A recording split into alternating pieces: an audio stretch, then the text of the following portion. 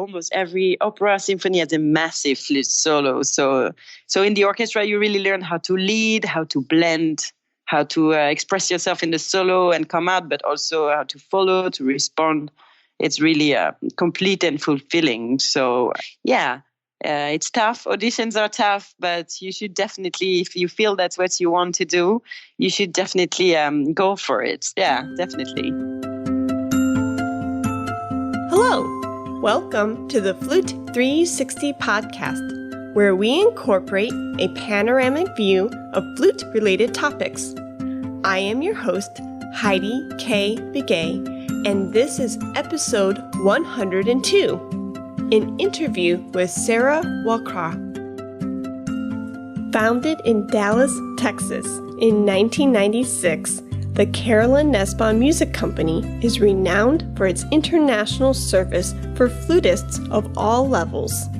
The Carolyn Nussbaum Music Company is your premier resource for everything flute. Their selection of flutes, piccolos, low flutes, and head joints from dozens of makers is truly remarkable. Also, their offerings of sheet music, instrumental accessories, teaching and health resources are unmatched. Their in-house staff offer an unparalleled level of expert knowledge and personal service, with the repair staff certified in all major brands. Follow the Carolyn Nussbaum Music Company through Instagram, Facebook, and Tumblr to be updated with the latest news. Check out their website at fluteforyou.com. The Carolyn Nussbaum Music Company is truly your one-stop flute shop.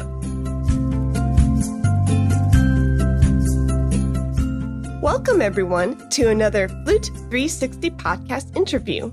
Today, my wonderful guest is Sarah Ouakrat, who is the principal flutist of the Dutch National Ballet Orchestra. Welcome, Sarah. Hi. Hi. So where do you currently reside? So I live in Amsterdam. That's where the opera house of the Dutch National Ballet is. Okay. And that's where I work. Very nice city. I've heard wonderful things about the city. Yeah, it's really great. It's really great to live here. So are you from Paris? Yes, I am. Originally from Paris, born and raised, began to study there. So yeah, that's my hometown. Oh, nice. Do you get to go often? Yeah, it's not so far from Amsterdam. It's just like 3 hours or 3.5 by train. So yeah, I go very often. My whole family is there. So I go as soon as I can, as soon as I'm off. Yeah. So you're one busy lady. You also have 2 girls. Yes, that's right. I have 2 little girls, one of 3.5 and one of almost 1.5, but not yet even. Wow. How do you juggle it all? It's kind of difficult. It's very busy, but we manage. Also, my husband is a musician. He's a bass drum player and a conductor. So it's quite an organization with babysitter when we have show at nights. And then on tour, we go quite a lot on tour. So, but we manage. It's possible. That's amazing. Kudos to you because, a lot of times people might put certain things aside, throughout their career, but you're just going right forward, and that's commendable. Well, thanks. We're trying to, but I'm quite happy the way it's going right now. And I still can play a lot, be quite busy with guesting as well. And no, it's great. For now, we managed to find a balance. Let's see how it will evolve. And now time for podcasting. Yeah. I love it. So do you have any weekend plans? Well, I'm working tomorrow almost all day. We are working on a new ballet about the life of Frida Kahlo. So tomorrow I have 2 rehearsals with the stage, with the dancers. And Sunday I'm free. But my husband's working. Wow. Well, before we dive into the questions, I first want to say thank you so much from me and the listeners for giving up your time. We appreciate the fact that you have carved out a slot for us where I can pick your brain. Thanks. Well, thanks for the invitation. I'm happy to answer to all the questions all the way from Amsterdam. Isn't that great how technology brings worlds together? Yeah, that's really amazing. Here it's 4:00 4 o'clock in Amsterdam. That's crazy. Yeah. And then 9 o'clock in Fort Worth, Texas. And it's wow. Yeah, it's really cool. So for the listeners out there, could you explain or share your musical background or anything you would like to offer throughout your background? Okay, sure. Well, I began to study, as I said, in Paris, where I was born, with a really great teacher, Madeleine Chasson, my junior and my bachelor. And it's funny to say she was the first teacher of Mathieu Dufour also. So yeah, it was really, she really taught me everything, basically, until I really went on to study my master in Lyon, Conservatoire Supérieur National de Région de Lyon, with Philippe Bernald. That was also a dream come true to study with him. It was really amazing. And then I did a competition in Nice, the Maxence Larieux competition. And I met William Bennett there. And he came to talk to me, and he was adorable and saying like, yeah, where do you study? Oh, yeah, with Philippe Bernald. When are you done? Well, maybe you should come study in my class. I would love to work with you. And I was like, wow, oh, of course, me too. I would love to work with you. And then I went to London in his class in the Royal Academy of Music to do a second master. It was really amazing, really different from a French teaching from Philippe Bernald, but really fulfilling both together. It was really, really great. And during my time at the Royal Academy, I won an audition to become an Academy member of the Zurich Opera House in Switzerland. And there I really discover the opera repertoire, the symphonic repertoire as well. And yeah, they still have the best singers, the best conductors of the world. So I learned really a lot, and I really find out my passion for orchestra playing. And while I was there playing, I auditioned in Europe for solo flute position, and I got my position in the Dutch National Ballet in Amsterdam. Yeah, that was quite a long time ago, actually. I was 22 years old, so it's almost 10 years, a little bit less, my 9th season now. And yeah, then I met my husband. I had 2 children. And yeah, in the meanwhile, I am still guesting quite a lot in different European orchestra as a principal flute. And I also became a member of the modern ensemble Collegium Novum Zurich in Switzerland. It's just new music. It's very nice. I go quite often. So keep my connection in Switzerland, where I was at the opera. And then, yeah, next to my orchestral career, I also do recital, chamber music, teaching, taking parts in international festival. I'm hoping to come to Dallas this summer for the convention. What else can I say? Oh, yeah, just one more thing. I'm just coming back from a great tour with a new collective that I am a member of, which is called Pinarello. And it's incredible because it's a new collective and we are playing by heart without conductor, standing up and all mixed up. So it's not at all the traditional orchestra playing. And we do big tours, and we just did now at Dvorak 9th, the New World Symphony. And it was so incredible. Such a great experience with special interaction with the audience and the other musician on stage. Is really, really something special that's new in Amsterdam. And I really love playing there. So yeah, that's about it. That sounds amazing. Yeah. That last project sounded really creative. Yes, it is. It's. I hope it's going to last in the time, and that we're going to go much more on tour. We're doing some new project in a few months with the Passion Highlights. But yeah, it's quite exciting. It's really different. I think it's the future of music, actually, the future of orchestra playing. It's really different experience for the audience, like to see the orchestra, everyone standing up except cello players, of course. Okay. And yeah, playing by heart, the whole symphony, and without conductor, standing up and being completely mixed. Like the first flute is on the second flute is on the other side, and same for all the brass are mixed, so the sound comes from everywhere. You know, the trombones are all over the place, and yeah, it's quite special. It's really wow, it's really special. Yeah. So how was it memorizing a whole symphony?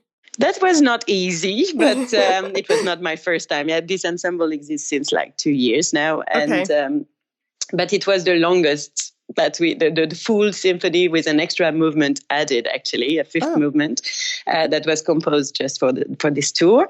Yeah, it's requires quite a lot of time, but actually I'm quite used to play by heart because in Paris we when I was studying, we really learned to play most pieces by heart. So it doesn't take me as much time as you would think, but it's a great experience, actually. You find out much more in the symphonies.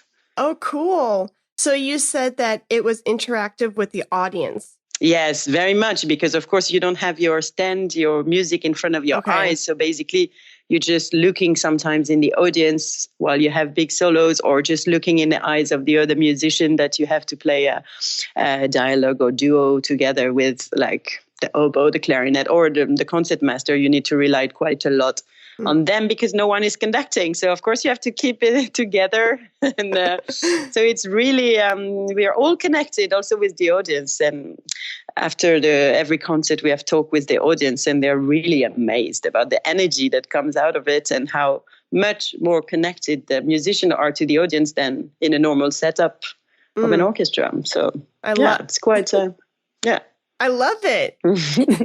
Good. You should come over to watch some concerts. Oh my gosh. Yes. 1,000 times. Or maybe we come to America. Who knows? In the future, let's see. No, I want to go over there. Cool.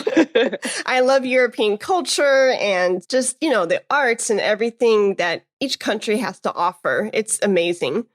It's quite nice, but America too. Well, I hope to meet you in Dallas. Let me know if you do come to the NFA in August. Sure. Yeah. Yeah, sure. I think it's going to happen, but I have to wait for the final decision of who's coming and, Oh, sure. So, yeah. So to add on to your rich musical background that you just laid out so beautifully, you are one of the guest artists at the Tampere Flute Fest. Yeah, very excited of this first edition. Yeah. So it's going to be in April. And so I would like to talk a little bit about the festival, just so that way listeners can get excited with us. Sure. Cool. So what advice do you have for students who will be performing in a masterclass and a flute competition in an upcoming festival? Yeah, so my main advice for students that attend the festival would be actually to attend as many events during the festival as possible. Actually, everything if possible while in Finland with us, because that's how you really learn, I think, by listening, especially during the master classes. Go to every guest artist master classes and listen to every student and every advice. And during the competition, I also advise to listen to the other candidates, at least maybe just after you played and through the rounds. Yeah, it's really, really important because that's how you realize your own level, where you are. That's where you realize the different kind of sound there is, different tastes. That's how you learn the most, is by listening to others, basically, not only the teachers or the guest artists, but also to every participant that are playing, basically. And meet as many people as possible. It's always nice to make new connections in our musician world. No, that's great. Yeah, ask lots of questions and interact with different people because you never know what you are going to learn from them. Yeah, exactly. And when you're there as a student, don't go practice in your hotel room or wherever you're staying, because the practice you should do all before. Basically, when you're there, just attend as many events as possible. Try to listen to every concert, every masterclass. I mean, in our festival in Tampere, the good thing is nothing is happening at the same time. So if you are a visitor or a student or a listener, you can just come to attend everything because nothing is happening at the same time. So, you know what I mean? Oh, yes. There are a lot of festivals where the events overlap. Exactly. Yeah. And you have to say, well, I have to pick something, and then you miss out on the other event. But here, when it's, back to back and there are no overlapping events, then that really helps. Yeah, exactly. Yeah, I think it's really really nice that you don't have to make a choice really where to go. You just can attend everything almost. I love it. So we've kind of dabbled with your career, and we were talking about your orchestral life. And if there's a flutist out there who would like to pursue this path, what advice would you give him or her? for me, there was really no doubt I wanted to become a solo flutist within an orchestra, especially after my experience with the Zurich Opera House Orchestra, because I find that the real flute repertoire is in the orchestra, actually. And yeah, almost every opera symphony has a massive flute solo. So in the orchestra, you really learn how to lead, how to blend, how to express yourself in the solo and come out, but also how to follow, to respond. It's really complete and fulfilling. So yeah, it's tough. Auditions are tough, but you should definitely, if you feel that's what you want to do, you should definitely go for it. Yeah, definitely. So auditions are tough. How have you prepared in the past, and what advice would you give those flutists? I think one thing that's very important, it's to not judge yourself while you're playing at the audition. When you're there, you're in front of the panel or in front of the screen. Do not judge yourself about what you are doing right now or what you just did.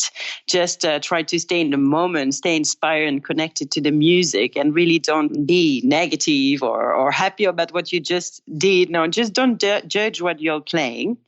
And yeah, don't compare yourself also to others, because it's not going to help. And keep the focus on yourself. Just stay in your bubble, and don't think of the other candidates. You can talk to them after the audition. Of course, it's nice to meet other people, but for sure, don't compare yourself in the warming up rooms, for example, or I would suggest, it's really technical thing, but it helped me quite a lot to actually, while you are in the audition, keep both your feet on the ground, breathe calmly, and that you're connected to the ground and you don't move around everywhere and feel not focused because of all your moving. And of course, your nerves, you will be nervous, but as connected to the ground as you can be, the more confident I think you will sound. And of course, never give up. You're going to do a few auditions before you win one, or maybe not. Maybe you're lucky you win your first one, but don't give up and do it. Doesn't matter how many you have done or how many you're going to do. You just have to win one, and it will happen if you don't give up. I like to think that the orchestra actually, that you don't really choose your orchestra, but that the orchestra really choose you. So that takes a lot of pressure off and encourage you to stay really yourself, because they have to feel like, oh, this person will fit perfectly in our orchestra. So let's, rather than you think, I just want to be in this orchestra, this is the one for me, because it's the other way around, I think. And it helps to think like that, I think, in my opinion. No, I love that, because I think that piece of advice right there is so applicable to other job arenas. Like, say, if a student was applying to be a band director at a high school, or a flute professor was searching for a certain college to teach at, there are, those pools are quite large with many different applicants. And so when you get the job or you don't get the job, you think, oh, it has to be this school. But if you don't get the job, think of it in the way you just said it so beautifully. They chose the candidate that was going to be good for their institution. But if you do get the job, then it's like, they chose you and you're going to be the teacher at their school. Yeah, exactly. I think it's quite important to think of that. Yeah. Perfect. And I really like how you mentioned the warm-up rooms and not comparing yourself to the other musicians. And that's so true, because you hear all these flutes and piccolos going on in the hallways and you're like, oh, e-gags. And I don't know about in America. Actually, I did audition in 2 orchestras in America, but in Europe, it can be crazy. You can be 100 people in one room, just in one room. That's really crazy. So you have to kind of keep focusing on yourself, because you never know how it's going to be in a European audition. You can have each of you one warming up room, and people with different time slots, or you just have to be all together before the draw of numbers, all of you in one room trying to warm up. This is crazy, but that's how it is. And I loved our Facebook conversations leading up to today's interview. We even got to talk a little bit about our curiosity got the best of us, and we were wondering about the different repertoire that American orchestras versus European orchestras require at the audition. So that would be interesting to sit down and look at, lists. Yeah, definitely. Yeah, it's quite differently organized, but at the end, it's the same. And there, you have to play the best and offer all your musical quality and sound. And the repertoire can be quite different in some case. And yeah, but I was quite impressed the 2 times I came to America. I auditioned in Seattle Symphony. Okay. And in the Met a few years ago. Okay. And it was really well organized, incredible how, I was never disappointed actually with an American audition, the way people respect you, treat you, the people that help you go to your warming up room. It feels really friendly actually. Sometimes in Europe, it really feels like you play 20 seconds and that's it. Yeah. One after the others, yeah. But about the repertoire, I'm not sure. We should ask our common friends, flutist Beatriz Macías. She might know better about the different repertoire between America and Europe. Yeah. Yeah, and speaking of Beatriz, she's the artistic director of this festival. Where did you meet Beatriz originally? Originally, I think I met her actually in an audition. Oh, I think that's where I met her. Yes, I believe it was in Switzerland, or I'm not sure. And then, she's a very shiny person. So I think I was directly attracted to her. And then she was also playing quite a lot in Belgium and the Netherlands. And as I am in Amsterdam Opera, I needed some time replacement as well. So she came to play for me in my orchestra. And we meet in the world wherever wherever some flute events are happening. I think she travels a lot because she does. Yeah, yes. Because I met her in San Diego. And so, she's a busy bee. Yes, she is. Yeah, and singing as well. Oh my gosh, she has a beautiful voice, doesn't she? Incredible. Really amazing. Yeah. So are there any other, festival preparations that you would like to share with the listeners? Will you be giving a recital? I'm sorry, I didn't look at the schedule. Yes, I will. So first I will give on the first day of the festival a masterclass. And then the same day, I believe, I will give 1 hour recital. I'm preparing a very exciting program, but I'm not telling you. But I'm very looking forward. Yeah, I'm playing with piano and also some solo flute works. Mm-hmm. And I'm really, really excited, yeah. And I will also be jury in the Young Artist competition. Mm. So that will be also nice to listen to a lot of new talent, new generation. Yeah. How do you go about programming in general for a recital? Well, it depends. When I'm completely free of choice, like now, I don't know. I choose pieces. I guess all the pieces that are from the flute repertoire, I've played them. And some I didn't play for a while. So now I felt like, there's this sonata I really want to play again. And that would be nice. And then some solo flute piece. And I try to choose that there is a bit of every style: Baroque, Romantic, Classical, Modern. I like it to show all the different things you can do with the flute. So usually I try to balance every time period. And yeah. No, that's wonderful. It's just the kind of, again, I know we're a little off topic, but it's totally relevant because students and professionals, we have to program. And sometimes it's good to get inside of other professionals' heads and see your tactic. Yes, sure. Yeah. It also depends in which country I'm playing because, of course, you want to play maybe some pieces that in some countries are less known. And I also always try to have a French piece, of course, because I'm French and it's nice to do. It's a nice little... I like to do that. So there will be a French piece in my program. Well, there you go. Because when I was in Greece 3 months ago, I was programming and I found myself programming more American music than I normally would.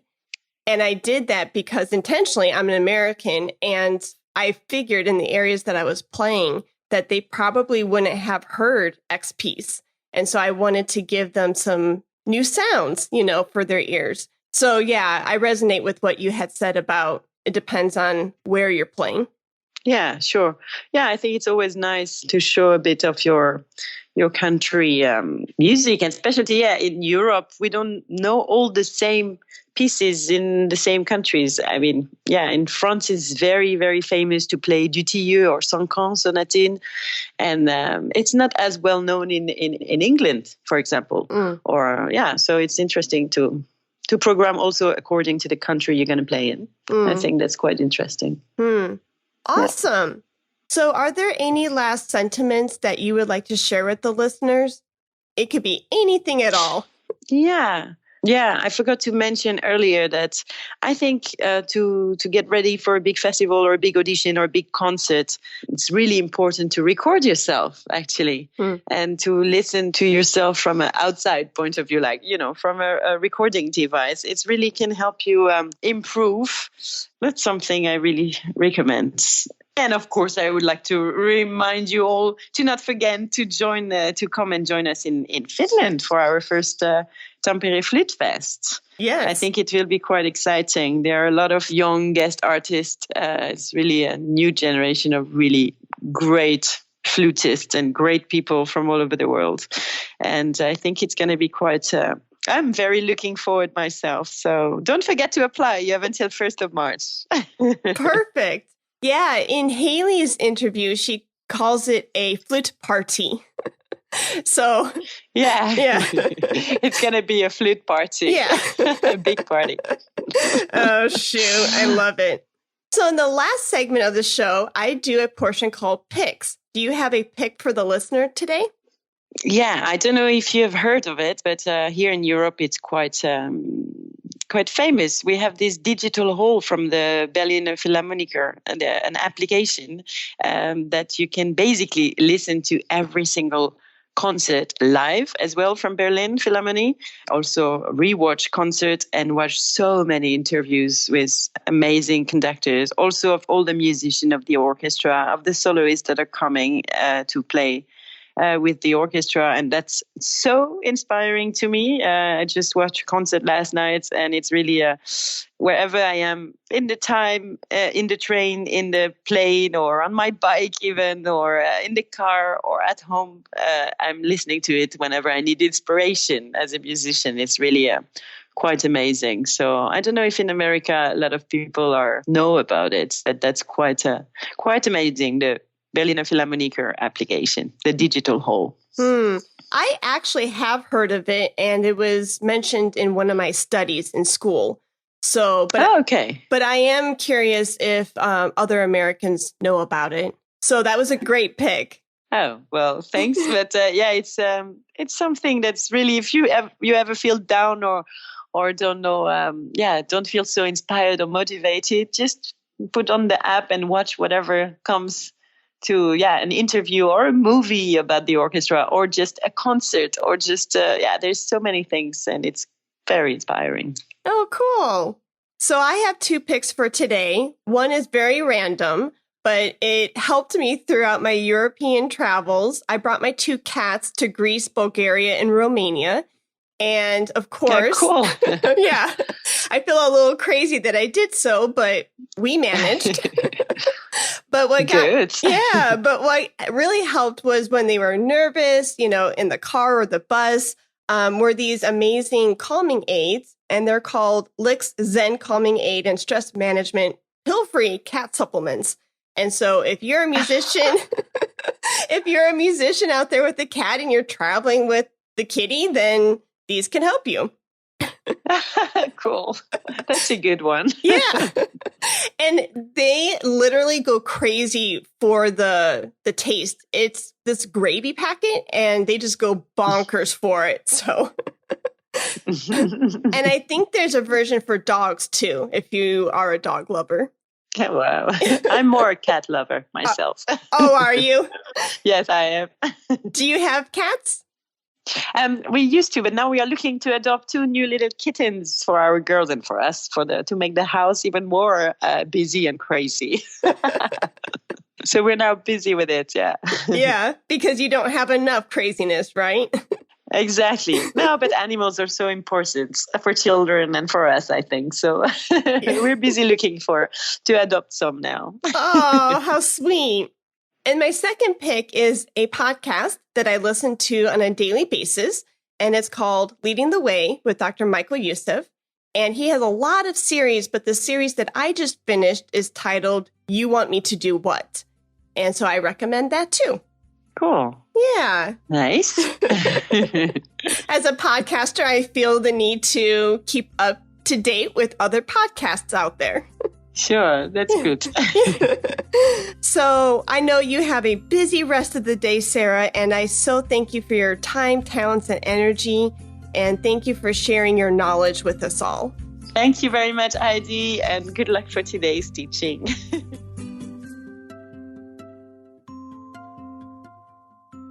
Today's sponsor is brought to you by J&K Productions. Did you know that not only are they a production company for podcasts, but they are a recording company for musicians? Any musical recording needs that you may have, J&K Productions can fulfill that need. They have all the necessary equipment and expertise to record your next flute recording for college or graduate auditions, competitions, summer festivals, or a flute album. J&K Productions can record any setup imaginable, from solo flute, small chamber, flute and piano, and much more. Consider J&K Productions for your next recording project. Contact them at jkproductions.media. Thank you for listening to the Flute 360 podcast. For more information, please visit HeidiKBegay.com. And if you enjoyed today's episode, please rate and review in the iTunes store. Let's talk about flute.